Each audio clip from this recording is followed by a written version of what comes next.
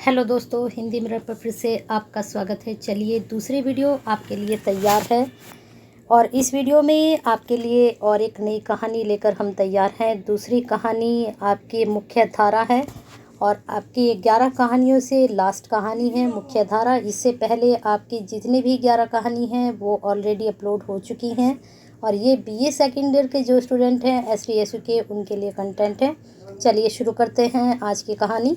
शुरू करने से पहले वही आप लोगों से कि अगर आप अभी तक आपने लाइक किया नहीं है तो कर दीजिए, सब्सक्राइब नहीं किया है तो कर दीजिए और कमेंट तो आप करते ही रहते हैं। और भी अगर आपकी क्वेरीज हैं तो कमेंट बॉक्स में ज़रूर कमेंट कीजिए। और साथ में जो स्टूडेंट अभी तक हिंदी मिरर से नहीं जुड़े हैं, सब्सक्राइब नहीं किया है तो कर लीजिए, बेल आइकन हिट कर लीजिए। और एक इन्फॉर्मेशन आपको और देनी थी कि हिंदी मिरर पर जो है शुरू हो रहा है आपके लिए। अगर आपने कांस्टेबल या पुलिस का डाला है तो तीनों ही पेपर की आपको तैयारी कराई जाएगी ही जल्दी ही। साथ में हिंदी की तो होती है बहुत अच्छी हिंदी मिरर पर, साथ में आपका उत्तराखंड जी के और भी अच्छे से तैयारी, जो भी आपका पेपर है तैयारी कराई जाएगी। और जितने भी बीए सेकेंड ईयर के स्टूडेंट हैं सभी के लिए शेयर करें इस कहानी को, क्योंकि ये कहानी मुख्य धारा बहुत मुश्किल से यूट्यूब पर नहीं मिल रही है और ये गूगल पे भी नहीं है। हमने ये अरेंज की है, बटरोई के द्वारा ये लिखी गई है। बटरोई का जीवन परिचय पढ़ लीजिए और साथ ही में जो कहानी आपको दिखाएंगे सुनाएंगे तो इसका सारांश भी आप तैयार कर लेना और जो इसका मुख्य पात्र होगा उसका जीवन परिचय। वैसे तो 11 कहानी से मैंने पहले भी कहा था कि क्वेश्चंस कम ही बनेंगे, लेकिन फिर भी कहानी अगर आपको मालूम है तो क्वेश्चंस अगर बनता है तो आप खुद से अप्लाई उसको कर सकते हो। चलिए देखते हैं आपकी कहानी मुख्य धारा। क्या होती है मुख्य धारा? आपने सुना होगा कि धारा लग गई है, 144 धारा लग रही है, ये धारा लग रही है। तो मुख्य धारा कौन सी धारा होती है उसके बारे में यहाँ पर आपको बताया जाएगा। और मुख्य धारा क्या हुई, क्यों लगी, क्या रीज़न रहे, उसके बारे में इस कहानी में सारी बातें हैं। अब जो कहानी का नाम होता है, अगर आपकी कहानी का नाम अच्छे से समझ में आ जाए, अब जैसे कल हमने आपके लिए अपलोड की थी तर्पण, तो तर्पण से पता चल रहा था कि कोई वहाँ पर किसी की मृत्यु हो गई है तो तर्पण का किया जाएगा। वो पूरी तर्पण पर ही पूरी स्टोरी वो थी। ऐसे ही ये मुख्य धारा लगी हुई है, उसके ऊपर ये पूरी कहानी आधारित है। तर्पण में क्या दिखाया गया था ये मैंने आपको कल ही बता दिया था। चलिए देखते हैं मुख्य धारा में क्या है। चौखुरी कस्बे में गोली चलने की घटना जिस दिन समाचार पत्रों के माध्यम से हम लोगों तक पहुंची, उसी दिन सामंत ठाकुर के स्वर्गवास की भी। समाचार पत्रों में जो विवरण छपा था उससे ऐसा लगता था कि विगत 7 महीनों में घटित घटनाएं कड़ी की तरह परस्पर जुड़ी हुई हैं, जबकि वास्तविकता यह है कि तमाम घटनाएं, चौखुरी कांड और सामंत ठाकुर की मृत्यु, इन दोनों घटनाओं को एक दूसरे से संबंध नहीं था। चौखुरी कोई जगह वहाँ पर कांड हो चुका है और सामंत ठाकुर की मृत्यु हो चुकी है, तो दोनों का आपस में कोई संबंध नहीं है। चौखुरी कांड सरकार के सुरक्षा बलों द्वारा गोली चलाए जाने पर घटित हुआ था, जबकि सामंत ठाकुर 94 वर्ष की उम्र में अपनी स्वाभाविक मौत ही मरे थे। तो चौखुरी कांड सरकार के सुरक्षा बलों द्वारा गोली चलाने से घटित हुआ था। अब वो क्या हुआ, कैसे हुआ, आगे कहानी में पता चलेगा आपको। हमारे लिए घटना उतनी ही अस्वाभाविक थी जितनी कि आज की पीढ़ी के लिए 94 वर्ष तक स्वस्थ प्रसन्न ढंग से जीना। आज के टाइम में ऐसा नहीं होता है कि कोई 94 वर्ष तक जी पाए, या फिर अगर जी रहे हैं तो वो इतने स्वस्थ नहीं होते हैं जितने के ठाकुर जी थे। सामंत ठाकुर खुद बताते कि थे उनकी जवानी के दिनों तक चौखुरी कस्बे के लोग, जो तब तक एक मामूली गांव था, बंदूक के बारे में जानते भी नहीं थे।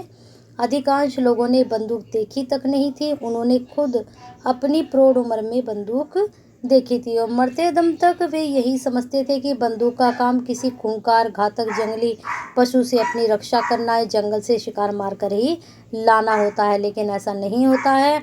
बंदूक आदमी को मारने के काम में भी लाई जा सकती है, उससे किसी आदमी की भी मृत्यु आप कर सकते हो, ऐसा उन्हें नहीं पता था। उन्होंने उसका मिसयूज़ नहीं किया। इस बात पर उन्हें तब भी विश्वास नहीं हुआ जब हरक राम ने उनकी ही गांव के कृष्णानंद के सिर के 2 टुकड़े कर दिए थे। कृष्णानंद की मौत के बाद तो जैसे हत्याओं का सिलसिला शुरू हो गया था। और यह बात अलग क्या है कि सुरक्षा बलों की गोलाबारी से जब चौखुरी के दर्जन लोग मारे गए थे, तब सामंत ठाकुर इस भयाकांड को देखने के लिए इस दुनिया में नहीं थे। तो कुछ कुछ हद तक ये कहानी यहीं तक आपको समझ में आ गई होगी। चलिए आगे चलते हैं। आगे क्या है कहानी में। सामंत ठाकुर जो अब इस दुनिया में नहीं है, कैसे इतनी सपाट जिंदगी जी गए, ताज्जुब होता है। जिस घटना को लेकर इतना बड़ा हत्याकांड हुआ था वह ऐसा था ही नहीं। इतने लोगों की जान लेनी आवश्यक थी क्या? सामंत ठाकुर होते तो वे हरगिज इस पर विश्वास नहीं करते।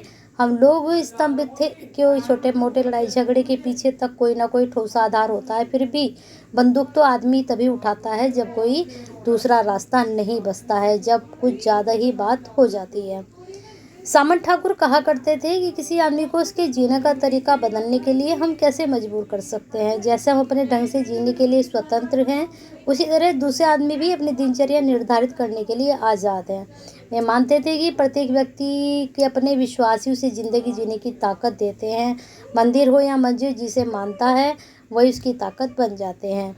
सच बात है कि मंदिर मस्जिद दोनों ही ईटगारे के दो कमरे हैं, लेकिन जो आदमी जिस मकान को बनाता है वह रहेगा तो उसी में, उसी के नाम से वह जाना जाएगा। तो यहाँ पर कुछ धर्म को लेकर बात कही गई है इस पैराग्राफ में, हिंदू मुस्लिम के बारे में, और अपना जो धर्म हम मानते हैं उसके बारे में यहाँ पर कही गई है। ठीक है, चलिए अगले पैराग्राफ में चलते हैं। सीधे सपाट से विचारों वाले सामंत ठाकुर की दिनचर्या भी उतनी ही सीधी सरल थी। भोर की चिड़िया की पहली चहक के साथ वे उड़ जाते थे और लगभग मुंह अंधेरे इस बर्फीले माहौल से ठंडे पानी से नहाते थे। पूर्वी क्षितिज पर जहां उनके जन्म के साथ धुर का गांव बसा था, लेकिन जाने कब से वहां सूर्य उगता रहा था। वे नियमित जल चढ़ाते थे और अपने पिता के द्वारा सुनाए गए शुद्ध गायत्री मंत्र और पुरोहित जी की सुनाई गई अटपटी सूर्यार्चना को मिला जुला पाठ करते थे, क्योंकि उस वक्त इतने लोग पढ़े लिखे नहीं होते थे। जैसा वो सुनते थे वैसा ही वो याद कर लेते थे। अब ये जो अटपटा मंत्र है आपके सामने है, ओम भूर्भुवस्सुवः, सभी को पता है गायत्री मंत्र के बारे में, और ये लिखा भी सही नहीं गया है, तो ऐसा ही वो पढ़ते थे जैसा यहाँ पर लिखा गया है। आगे चलते हैं। पता नहीं कब और किन परिस्थितियों में सामंत ठाकुर ने गायत्री और सूर्योपासना के मंत्रों का यह कॉकटेल बनाया था, मगर जिस सूर्यवंशी आवाज में वे इस कॉकटेल का उच्चारण करते थे वह मंत्र न केवल कस्बे के एक एक प्राणी को रट गया था, सभी लोग इसे ब्रह्म उपासना का सर्वोत्कृष्ट मंत्र समझने लगे थे। बनारस से शास्त्री पढ़कर आए वे कृष्णनंद भट्ट को तो महीनों तक रह रहकर मूल मंत्र देखने के लिए संहिताएं पलटनी पड़ी थी, और उन्हें भी अंततः हारकर अपने और सामंत ठाकुर के दो अलग अलग संस्करण स्वीकार करने पड़े। ठीक है, चलिए आगे चलते हैं। सामंत ठाकुर का मानना था कि यह धरती माता जो भगवान भास्कर की जेठी बेटी है, अपने पिता को प्रसन्न करने के लिए न जाने कब से उनकी परिक्रमा कर रही है। इतने लंबे कालखंड को सामंत ठाकुर अपने दिमाग में तो नहीं समेट सकते थे, लेकिन उन्हीं के अनुसार सूर्य की पुत्री यह तपस्या भी पूरी नहीं हुई है। तो यहाँ पर वो जो है पृथ्वी को सूर्य की पुत्री मानते थे। सामने के उस पहाड़ी कोने पर जहाँ अब धुर का गांव बस गया था, वे विगत लगभग 70 वर्षों से जल चढ़ाते आ रहे थे। यह वही नहीं, उनके वे सभी पुरखे जो सामंत ठाकुर के अनुसार सूर्य को ही संतानें मानते थे, उन्हीं की तरह सूर्य भगवान को सदियों से जल चढ़ाते आ रहे थे। आँख खुलते ही सामंत ठाकुर हर रोज काले कैनवास पर से उगते हुए भोर के उजाले और चिड़िया के चहकने को एक अद्वितीय परिदृश्य की तरह दिखते थे। कुत्तों का भौंकना, धीमी पग धोने के साथ उजाले का हवा के कंधों पर धीरे धीरे आना, सामने क्षितिज पर खड़े होकर देवदार के घने वृक्षों की, देवदार के पेड़ पहाड़ी इलाके में मिलते ही हैं हिमाचल में। तो आगे इन्होंने कहा है आकाश सब कुछ एक साथ नाम धारण करते जाते थे। इस प्रथम दर्शन पर अपनी संपूर्ण श्रद्धा को समर्पित कर जब वे अपने दोनों हाथों को जोड़कर प्रणाम कर रहे होते, तो धीरे धीरे आकार लेते हुए सूर्य के रक्ताभ प्रथ को ही नहीं, उसके प्रहरी की भांति क्षितिज पर खड़े देवदार वृक्षों को भी गले लगाते थे। सामंत ठाकुर पिछले 50-60 वर्षों से ऐसा कर रहे थे। बहुत अच्छा सुंदर यहाँ पर चित्रण किया गया है कहानी में। चलिए आगे देखते हैं। देवदार के विशाल यहाँ पर प्रकृति वर्णन आप दिखा सकते हैं। नेक्स्ट चलते हैं। देवदार के विशाल तिकोने वृक्ष जो सूर्य के प्रहरी थे, अपने स्वामी के अंकुरित होने के साथ साथ हर रोज आकाश ग्रहण करते थे और फिर शाम होते ही उसी तरह धीरे धीरे अंतर्ध्यान हो जाते थे। सूर्य के साथ संपूर्ण धरती का उगना जैसे किसी नवजात शिशु के मुंह में छलकी माँ के दूध की पहली फुहार, जो एक परजीवी देह को पवित्र दिव्य स्वतः देह में बदल डालती है। कितना अच्छा यहाँ पर उन्होंने चित्रण किया है। चलिए आगे देखते हैं। भोर की उस वेला में संपूर्ण ब्राह्मण के पिता उस बाले सूर्य को लगाने के साथ साथ सारे ब्रह्मांड को गले लगाते थे सामंत ठाकुर। ऐसा कोई उठता है सुबह ही सुबह, कितना अच्छा वो वर्क करते थे। आगे देखते हैं। और यही उनका अजीब सा विश्वास था जो गलत अटपटे और अर्थिन मंत्रों में से उपजा था, लेकिन जिसके सारे उन्होंने 94 वर्ष की लंबी उम्र काट डाली थी। आपको मालूम है कि वाल्मीकि जी को भी राम मंत्र दिया गया था, लेकिन उन्हें भी उल्टा मंत्र रटा था, मरा मरा मरा, और तभी उन्होंने रामायण की रचना भी कर डाली थी।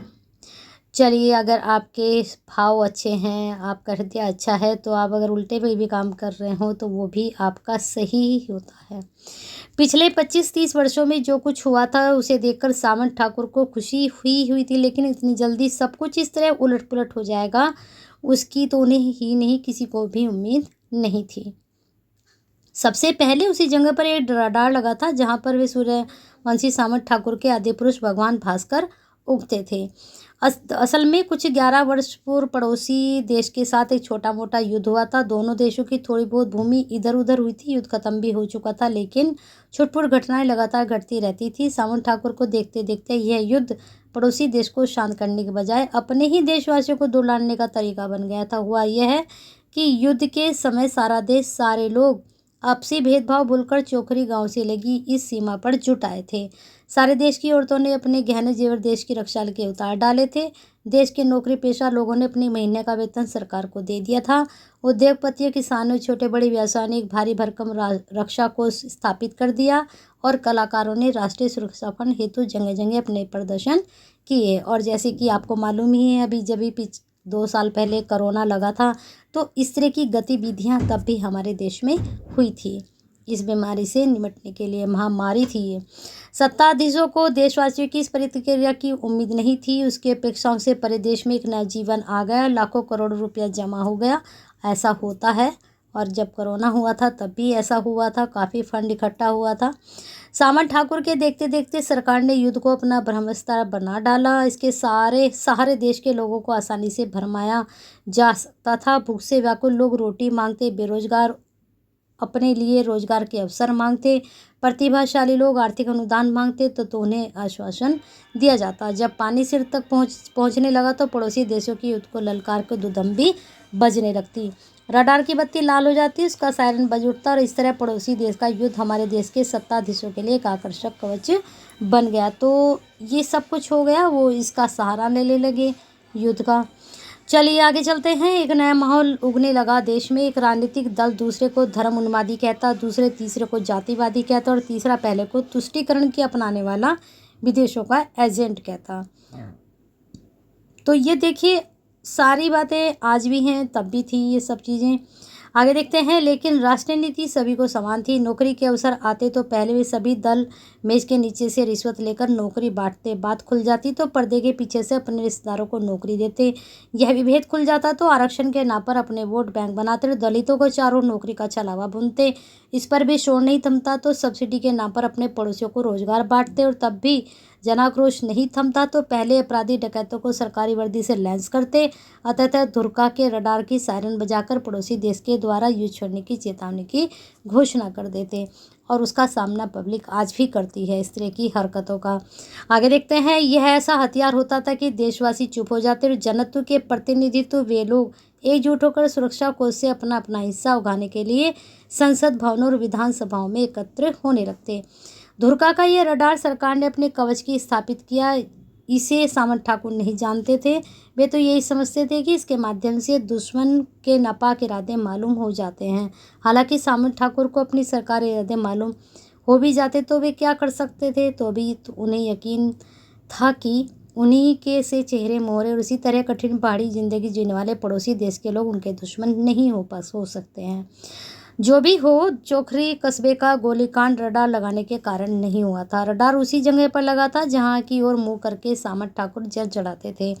चोखरी के एक दूसरे बुजुर्ग कृष्णानंद भट्ट के अनुसार जहां पर रडार खड़ा था वहां देवी का एक पुराना मंदिर था, मगर इससे चोखरी गांव के बुजुर्गों की सोच में कोई फर्क नहीं पड़ा। सामंत ठाकुर को अब सूर्य देवता के दर्शन अलबत्ता कुछ पलों के बाद होते, जब बाल भास्कर की कोमल रफ्तार किरणें जुड़वा देवदारों के बीच से नहीं, रडार की लाल बत्ती को फैलाकर आकाश से कूदती थी। क्योंकि जहाँ से सूरज निकलता था वह रडार के ओर छुप गया था। आगे देखते हैं। इसी प्रकार कृष्णानंद भट्ट ने धुरका देवी के प्रतीक स्वरूप अपने गांव की चोटी पर देवी का एक नया मंदिर बसा लिया था, जिसकी घंटियों को बजाते ही सामने की पहाड़ी पर स्थित मूल धुरका देवी से मनौती की जा सकती थी। अब आपको पता चल गया होगा कि जो धुरका मंदिर है वह किस प्रकार से बना था, दुर्गा देवी का मंदिर। आगे देखते हैं। रडार लगने के बाद कुछ कर्मचारी भी गुरुता में आए। कुछ प्रतिभाशाली वैज्ञानिकों ने सरकार को सुझाया यह स्थान वेधशाला के लिए सबसे उपयुक्त है। विशेषज्ञों की एक समिति ने इस बात को सबल सिफारिश की। अरबों रुपयों के खर्च में धुरका में एक आदर्श वेधशाला बनी, जहां से सामंत ठाकुर के पुरखे भगवान भास्कर परिवारजनों अर्थात विभिन्न ग्रह नक्षत्रों को देखने के लिए देश विदेशों से पर्यटक तथा जिज्ञासु आने लगे। आगे देखते हैं। वेधशाला की स्थापना तो काफ़ी बाद में हुई थी। उससे काफ़ी पहले रडार के लिए चौकीदार की नियुक्ति हुई थी। यह चौकीदार आम चौकीदारों से भिन्न ITI की ट्रेनिंग लिए हुए रडार के बारे में स्थूल जानकारी रखता था। स्थूल मतलब थोड़ी बहुत।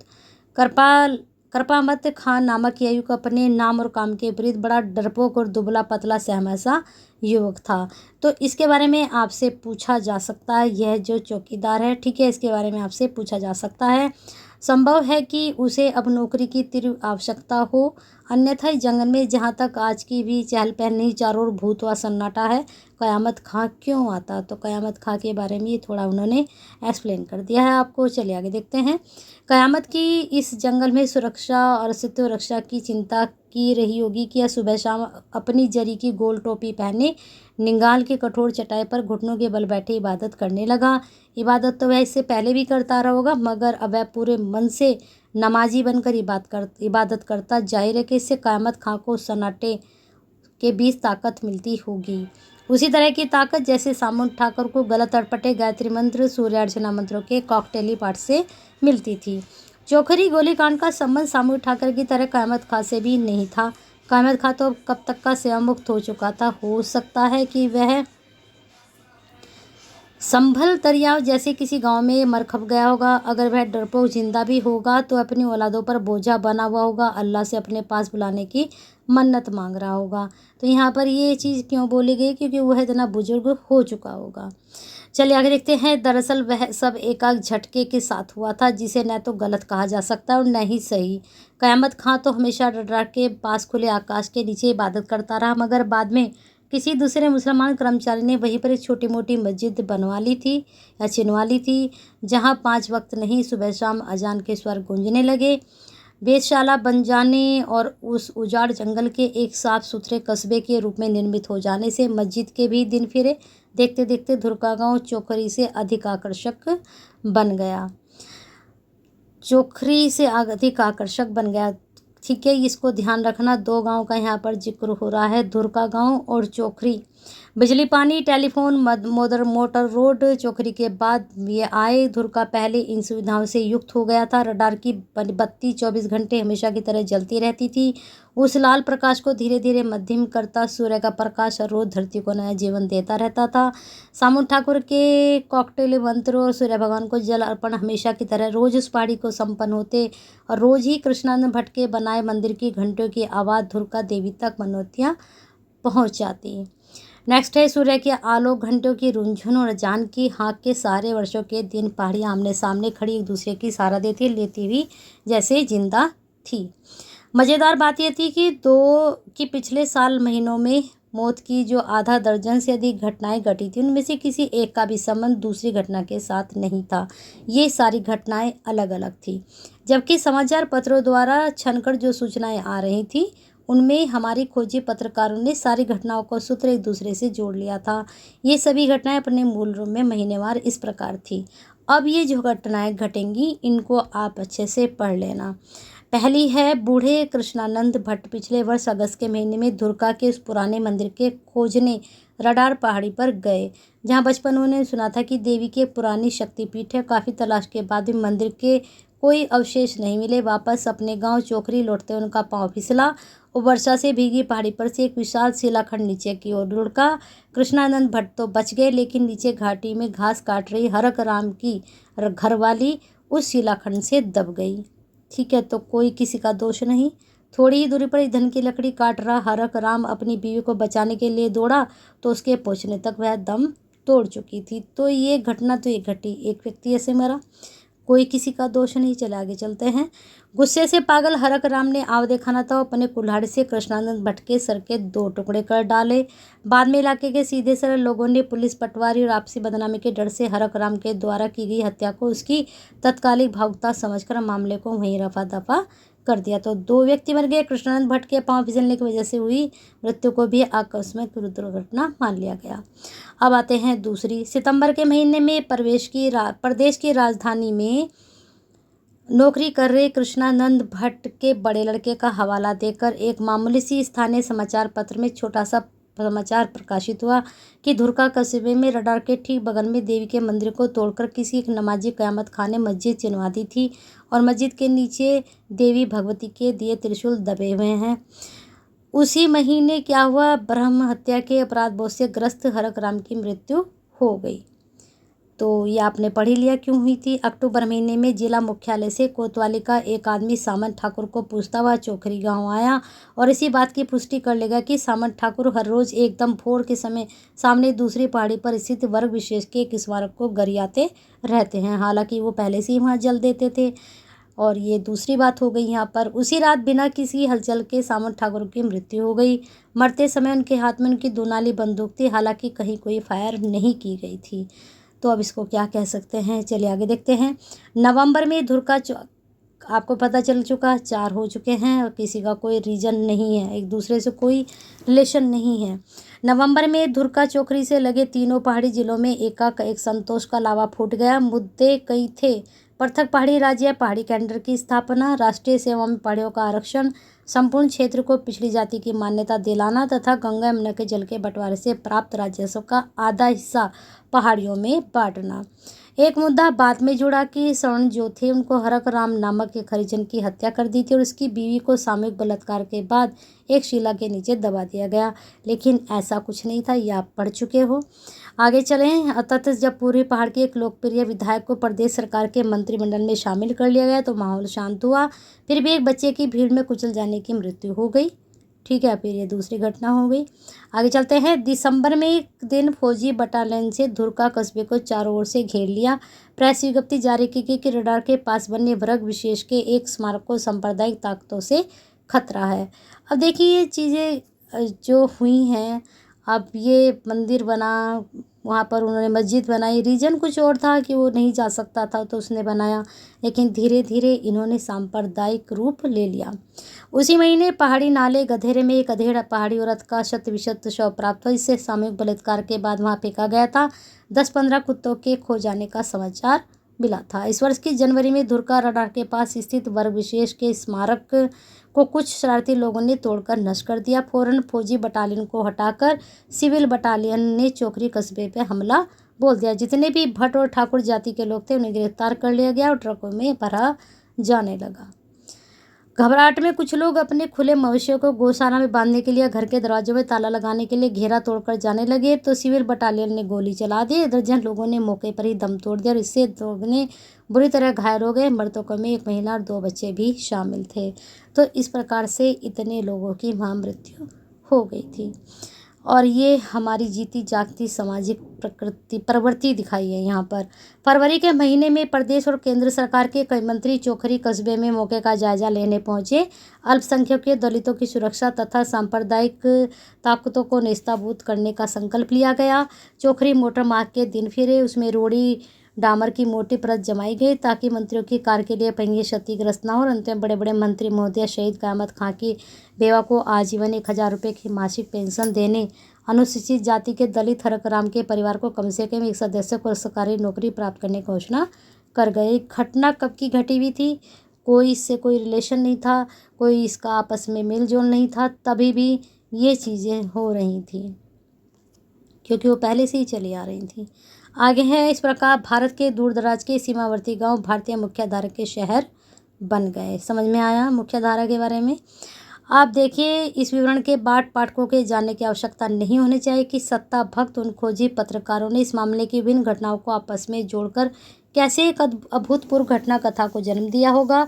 संभव है कि इस कहानी के पाठकों ने समाचार पत्रों पर प्रकाशित वह घटना कथा न पढ़ी हो, लेकिन भारतीय नागरिक होने के नाते आप खुद भी इन घटनाओं को जोड़कर वाटरलू किस्म की एक उत्तेजक कहानी आसानी से बना सकते हैं। अपवादों पर विश्वास करके कहानी गढ़ने में तो हम भारतीयों को महारत हासिल है। तो कुछ आप इस कहानी से क्या समझे कि ये जो बटोरी जी ने लिखी है वो बिल्कुल सही हकीकत लिखी, लेकिन उन्होंने तो हकीकत लिखी, लेकिन वहाँ पर जो हुआ, जो सब कुछ इन्होंने बताया कि ऐसा हुआ था, लेकिन उसका क्या हुआ, उन्होंने सबको मिलाकर बातों को, जो ये पत्रकार होते हैं, सत्ता भक्त खोजी पत्रकार होते हैं, इन घटनाओं को सबको जोड़कर क्या कर दिया, इन्होंने एक मसाला तैयार किया और उससे क्या हुआ, और चीज़ें बढ़ती गई और जो है झगड़े बढ़ते गए और एक मुख्य धारा तैयार हो गई।